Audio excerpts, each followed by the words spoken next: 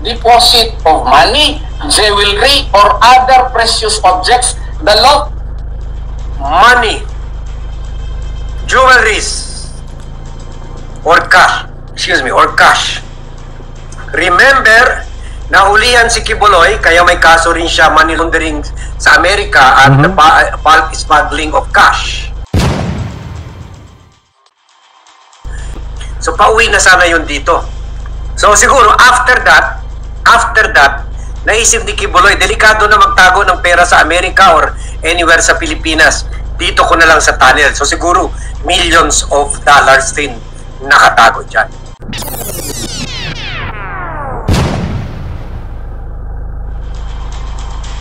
Alright, welcome back to my YouTube channel. I'm Andy's Vlog.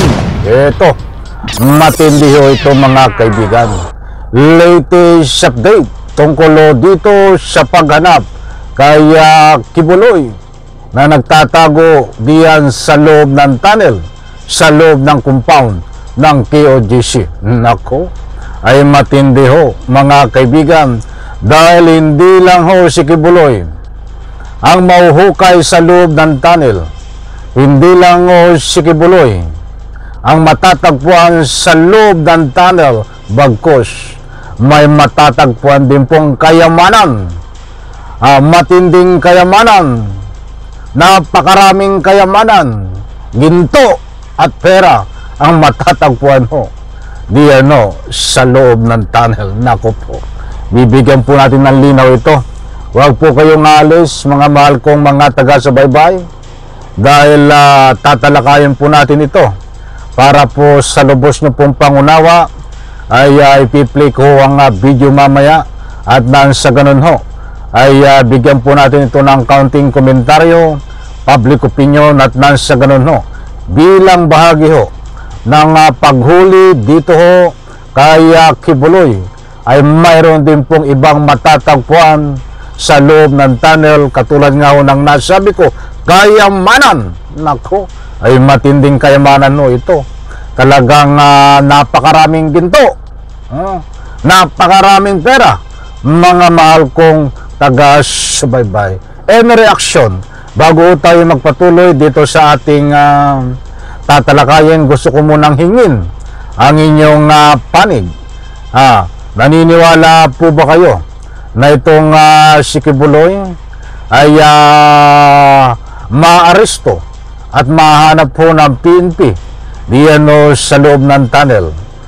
Diyan po sa comment section, may kalayaan po kayong magbigay ng anumang public opinion. Nako po, ay matindi ho ito, sapagkat hindi naman po lingid sa inyong kalaman, ay maraming pera ho ito si Kibuloy, at pangitan-pangitan nga ho, nung hindi pa siya nagtatago, kung nga ho nakapag tayo ng napakaraming istruktura, tunnel, ay nandahil ho sa kanyang napakaraming kayamanan. Ito po, wag na po natin patagalin, bibigyan ko po kayo ng kaunti na linaw dito, na bilang bahagi ho dito po sa ating tinatalakay, at nang sa ganun magkaroon po kayo ng idea. Ito po, shoutout vlogcaster Sir Armandin, shoutout po sa iyo.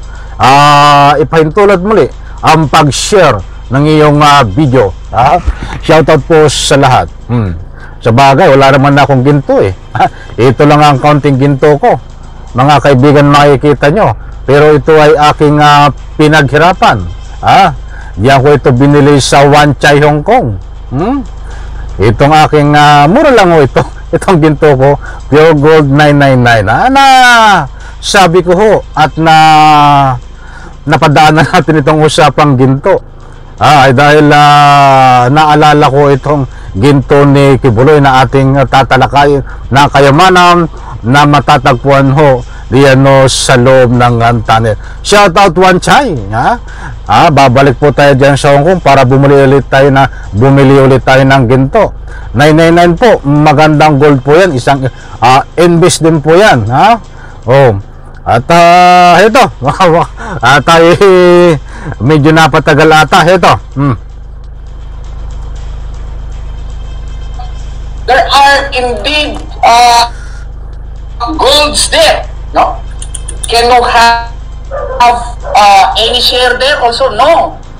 No, because the law is very clear. If you read Article 439, by treasure is understood for legal purposes any hidden and unknown deposit of money, jewelry, or other precious objects. The law Money, jewelries, or cash.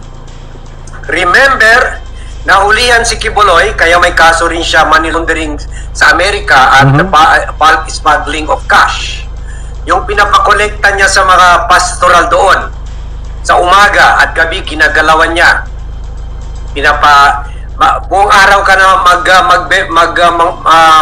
manlilimos, sa gabi, sabunan mo pa si Kibuloy at galawin ka pa ni Kibuloy.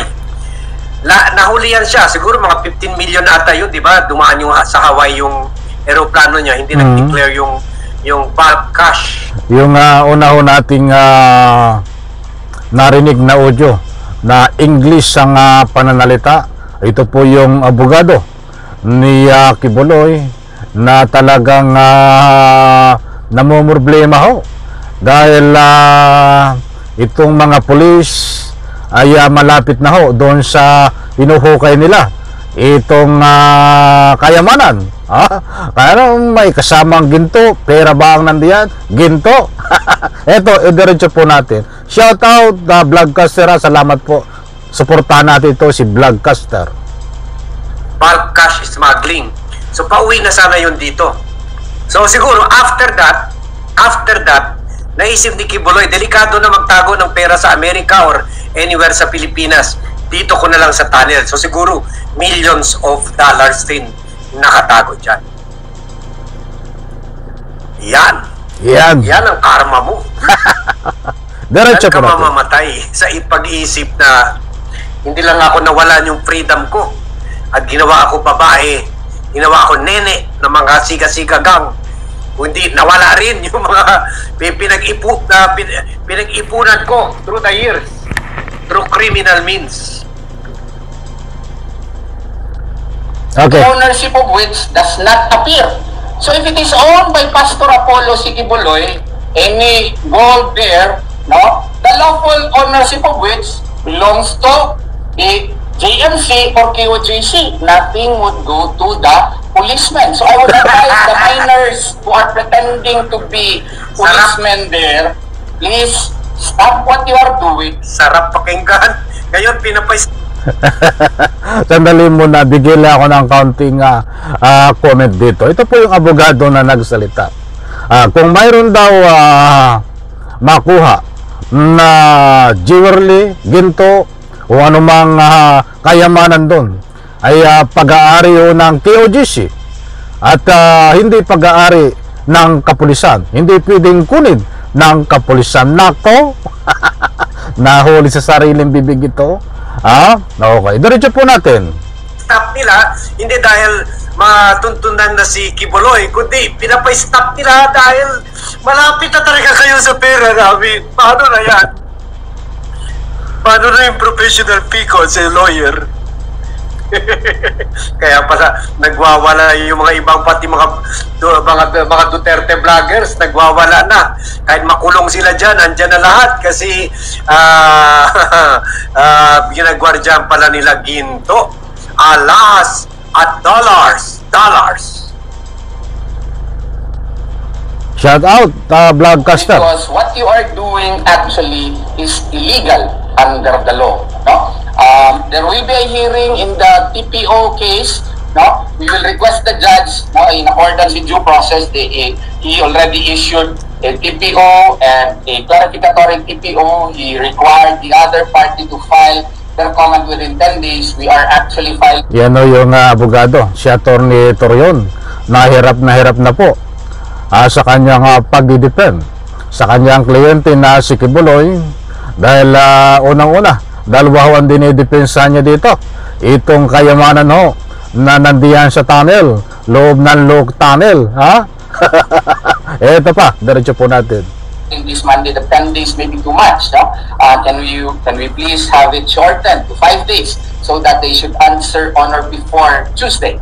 And we should have a hearing on or before Tuesday so that these matters can be clarified, no? And then we would like to respond to the comment of DOJ Undersecretary who was that... Okay na yun, attorney. Ang gusto lang namin pakinggan yung pag-amin nyo at ngayon nga pa lang dinidepensahan nyo na yung ginto, alas at money. So, at dollars, ha? Sabi ni Mark Lopez, I support. Ayari na naman to. Ha? Maraming nga nadidiscover eh. Mga mahal kong taga-subaybay.